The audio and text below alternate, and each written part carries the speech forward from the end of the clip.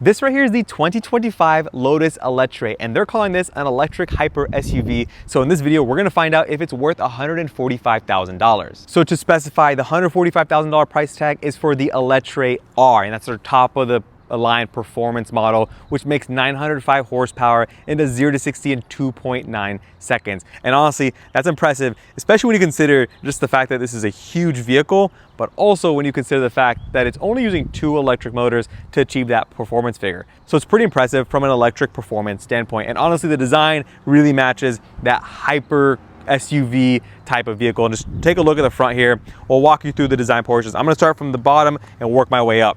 So we got this carbon fiber front splitter, looks really cool. You also get these hexagonal vents that open up depending on cooling demands from the battery. We also get a full carbon fiber front bumper on the center portion over here.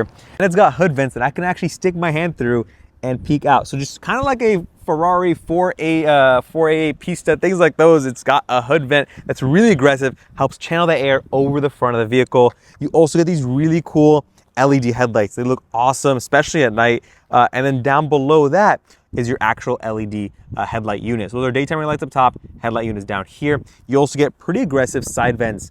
So I mean, like you'd expect from Lotus, none of these vents are fake. Everything here is functional to help channel the air around the vehicle. And I believe the drag is 0.26, that coefficient of drag to be exact. Looking at the top, kind of taking a look at this hood real quick, you'll notice a few things. One, the Lotus badge is blacked out. It's not that yellow Lotus that badge that you expect on other vehicles.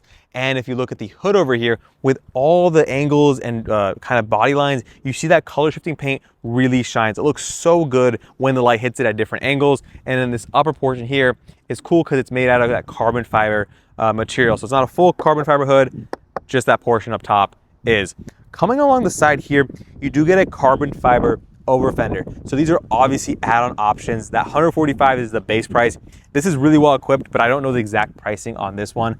So this is not going to be expected on that base price. Just want to clarify that. And coming down here, you get 23-inch wheels with this interesting design. It kind of does look like it's been curbed from the factory, as it's kind of what they mentioned on Throttle House. But yeah, it does look pretty cool though. It fits the proportions of the wheel well really nicely. And then this right here is one of the LiDAR sensors that pops out, which will eventually be enabled for that hands-free driving technology. So there's one here. There's also one on the windshield that'll pop out as well. So it's 1, 2, 3 LiDARs up front. I believe one in the back, but we'll check that later on. Coming along the side here, you see there's one camera over here, kind of looking out the back. So if they do eventually end up enabling the side view mirror to be deleted and replaced with a camera, that's going to be the view out there. And then they'll just replace this, which is pretty cool. You also have a camera that looks up front over here, and then a camera that looks underneath over here for that 360 surround view camera system. But 3 cameras in such close proximity is actually pretty crazy to see. You get a carbon fiber side view mirror cap. Your roof is fully blacked out with blacked out surrounds on the window. And then coming along the side here, you'll notice this right here is another functional vent. So it kind of helps guide air from that third window, goes all the way through this nice little channel around the back. But let's take a look at the back here. A lot going on. And I'm gonna start from the top and work our way down.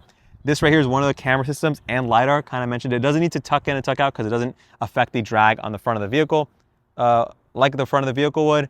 You get these nice little winglets to help guide that air and provide some downforce, some stability at higher speeds. But you also get this deployable rear wing, and you have 2 different stages. You have 0, 1, and 2, depending on how aggressive you want it to look. And you can engage that whenever you want, which is really nice to see. Check out this side vent. This kind of looks like what we saw on the Emira, a huge side vent over there, and this light bar that goes all the way across the back, as well as the carbon fiber rear bumper, which is full carbon. Looks really cool, but I'm sure that's going to cost you a little bit extra. But let's hop inside and talk about the interior. I should probably show you guys how to actually open this. So you take a card, you're going to get an actual key fob. You take this card, place it right here. Door handles will pop out. Power side view mirrors will flip out. Then you just pop it open. And these are soft closing doors as well. All right, so once I go close the door here, we're gonna see probably one of the coolest features is, I'll just do it like that. It's a soft closed door, like I mentioned. This 15-inch touchscreen will tilt up. And this is basically your center command system for the entire vehicle, like we see on Teslas, on like Rivian's vehicles and things of that sort. We'll get to that in a bit. You do have a passenger screen over here, and you can actually control music once that's playing. There'll be touch controls that pop up over here. So it is something that you can interface with as a passenger. But let's talk about the seats real quick. These are heated, perforated leather seats, sport bucket seats, very nice leather, and they also hug you and support you really well. To get over the kind of practical part of it, you do get this nice deep center console over here. It's a nice deep water bottle with USB-C ports in there. You get these large bottle holders, so I can actually take the bottle from here, pop it in there if I want to. If I don't, hide it away. Get a nice clean center console layout, just like that. You have your gear selector over here, quick AC controls and climate controls, a wireless charger, a center air vent, which you have to control with the touchscreen. So if you tap on your temperature, you'll actually be able to control the air. You'll actually be able to control the air like we see on Teslas, and even Porsche Taycans do this. So that feature is there as well. But let's quickly dive into what you could do on this touchscreen. And I wanted to start with a vehicle menu. You just tap on vehicle. You have a 360 kind of digital twin of the vehicle. So if the door is open on the passenger side, which it is, you'll see that here. You'll also be able to see if a window's rolled down, which we'll show you on the driver's side. The window will roll down. That's a pretty nice attention to detail.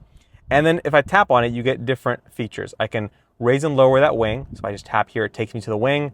I can get to P2, and it'll raise the wing in the screen, but also do it in real life, IRL, as the kids like to call it. And then going up top here, you also can adjust the opacity or the shade on the panoramic glass roof. So I'm actually going to show you what the glass roof looks like right now. And then we're going to go all the way to another extreme of it to show you how it kind of clears up there.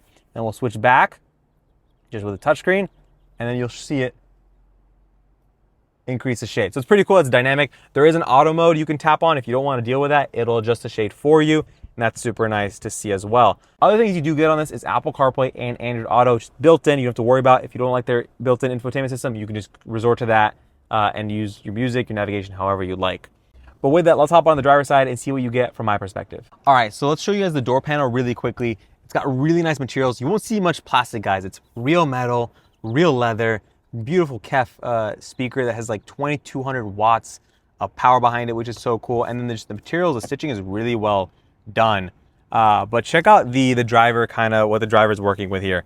Nice steering wheel with cool kind of tactile buttons over here.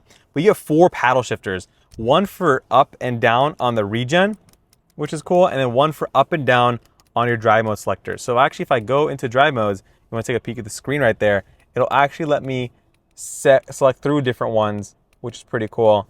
I'm gonna go back into tour, but it's nice to see that, and it's a very interesting use of paddles, not paddle shifters, just paddles. Even though this powertrain does have a 2-speed transmission, you can actually feel those shifts. But aside from that, guys, you do get a thin gauge cluster display, and it gives you speed, how much range you have, your drive mode, and then your regen level, depending on what you end up selecting. So that's pretty cool. It's very minimalist, but also just very efficient, and it's all you really need. But let's hop on the second row and see what you get there. All right, in the second row, I mean, you'll notice it's a big vehicle, but you also get loads of leg room. Look at that. And then amazing headroom with that glass roof. These seats are power reclining, so I'll actually recline them a bit. That's pretty cool. And then you get these pop-out cup holders here. A nice little shelf. It doesn't fit too much, but feels pretty solid, well built. You do see this nice little, insert over here, a little hole. I mean, weight savings. I don't know if you want to just bug the person that sits in front of you. Doormat pockets, and then this touchscreen here that controls a lot of the features, such as your music, your AC. You can adjust the right side's backrest as well as the left side's backrest if you want. And just like the front, you can actually control the, adjust the brightness here. You can control the shades transparency, which is pretty cool. So you go from full transparent to full shade if you like. So it's nice to see. Aside from that, guys, just tons of room, and it just feels like a really nice premium interior back here. So that's kind of all I can say. You also, there's also a nice suede headliner with damped handles that are made of leather. You get KEF speaker grills here. Everything's nice and metal finished, which is really cool. And honestly, for like Lotus's first SUV, it's pretty impressive back here. There is also a 2-seater configuration, but that's not what we're in right now. So I can't really speak to what those features are like, but you do get some storage and other features there. But let's hop on the trunk and talk about practicality. Oh yeah, this is what it looks like when we just raise the spoiler. Pretty aggressive, honestly, but let's talk about trunk space here. It kind of gives off like Lamborghini Urus trunk space. It's there, but it's not supposed to be meant for like rough and tumbling, just gear and stuff like that. You get nice leather on the privacy cover here. You can slide out if you don't want to use it. You also get nice carpeting, and then below that, you get some additional kind of hidden under storage, which is cool.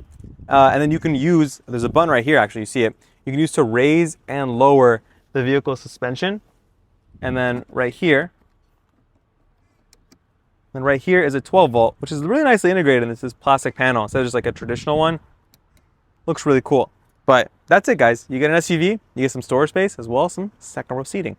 These things will be on sale later in 2024 for $145,000. I mean, what I see here is really impressive. I know this is gonna be way more expensive than that, but with the performance and the build quality that I'm seeing here, I'm actually pretty impressed. So I'm hoping to see how the things actually hold up once they start rolling out into customers' hands, to really see if that value proposition is worth it compared to things like a Lamborghini Urus, a Cayenne Turbo GT, an XM. But on paper and what I'm seeing today, it seems pretty impressive and pretty competitive. Let me know what you guys think in the comment section. If you guys enjoyed this video, smash that like button and subscribe for more, and I'll see you guys in the next one. Peace.